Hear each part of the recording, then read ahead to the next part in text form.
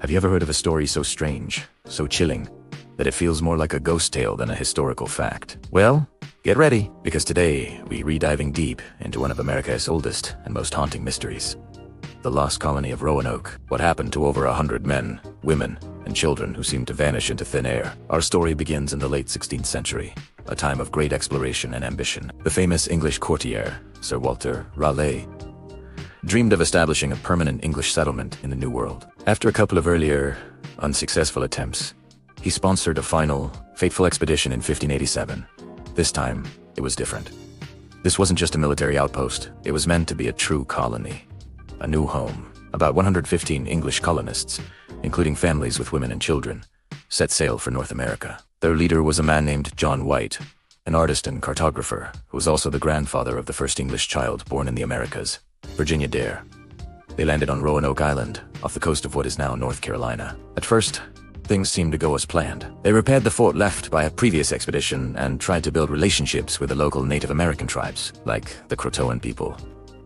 But their situation was precarious. Supplies were running dangerously low, and with winter approaching, the colonists grew desperate. They persuaded their governor, John White, to make the difficult journey back to England to gather more food, tools, and reinforcements. It was a trip he expected would take a few months, maybe a year at most. He left behind his daughter, his granddaughter Virginia, and the entire community, promising a swift return. But fate had other plans. When John White arrived back in England, he found his country on the brink of war. The mighty Spanish Armada was preparing to attack, and Queen Elizabeth I had commanded that every available ship be used for the defense of the realm. No vessels could be spared for a resupply mission to a distant colony. White was trapped, frantically trying to find a way back to his family while his country fought for its very survival. The war with Spain dragged on, and 1 year turned into 2, then 3. You can only imagine the torment he must have endured, thinking about the colonists waiting for him across the vast Atlantic Ocean.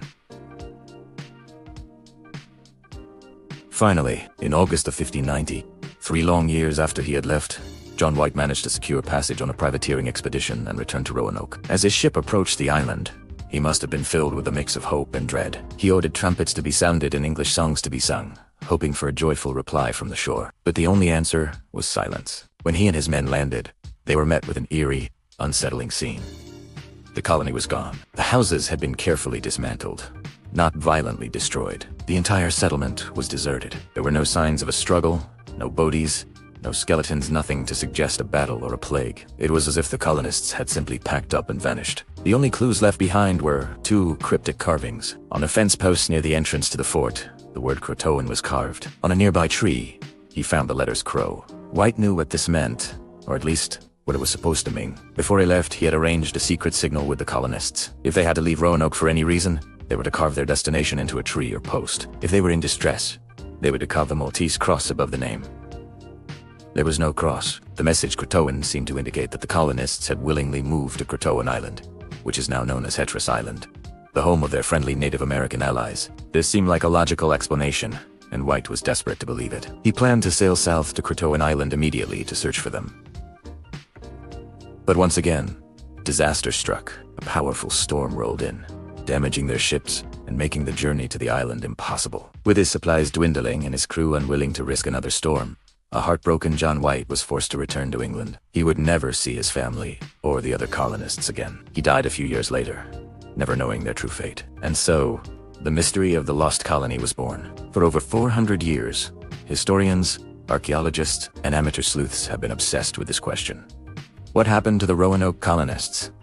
Let's explore the leading theories. The most widely accepted theory, and the one John White himself believed, is that the colonists assimilated with a local Native American tribe. The Croatoan carving points directly to this. It's very likely that, facing starvation and abandonment, the colonists sought refuge with the friendly Croatoan people. They may have gradually integrated into the tribe, intermarrying and adopting their way of life. There's even some tantalizing, though not definitive, evidence for this. Later, European explorers in the region reported encountering Native Americans with gray eyes and knowledge of the English language, who claimed their ancestors were white people. Modern archaeological digs on Hatteras Island have also uncovered English artifacts from the right time period, mixed in with Native American pottery. It's a compelling idea that the colony wasn't lost at all, but simply absorbed. But there are other, darker possibilities. Another prominent theory is that the colonists were attacked and wiped out. While their relationship with the Croatoan tribe was good, they had tense and sometimes violent interactions with other, more powerful tribes in the area. It's possible that, without the protection of their men who were off exploring, the settlers were overwhelmed by a hostile force. But this theory has its problems. Why would John White find the settlement so neatly dismantled? An attack would likely have left behind evidence of a battle-burned buildings, scattered belongings, and human remains. White found none of that. Still, we can't rule it out entirely. The colonists could have been captured and taken elsewhere, or the evidence of the attack could have been cleaned up or eroded by time. Then there's the theory of a natural disaster. The Outer Banks of North Carolina are notorious for their violent hurricanes. A massive storm could have easily destroyed the settlement and washed away any trace of the colonists. Perhaps they tried to flee the storm in a small boat and were lost at sea. This would explain the complete lack of evidence. However, it doesn't quite account for the dismantled houses or the Croatoan carving. Why would they take the time to carve a message and take down their homes if a hurricane was bearing down on them? It seems unlikely. A variation of this is the idea that they tried to sail back to England on their own. They did have a small ship, a pinnace, left at the settlement. Desperate and starving, they might have decided to risk the treacherous journey home. A small, overloaded boat in the middle of the Atlantic would have stood little chance. This would explain why they were never seen again. But again, we come back to the carven. If they were sailing for England, why carve? It doesn't add up.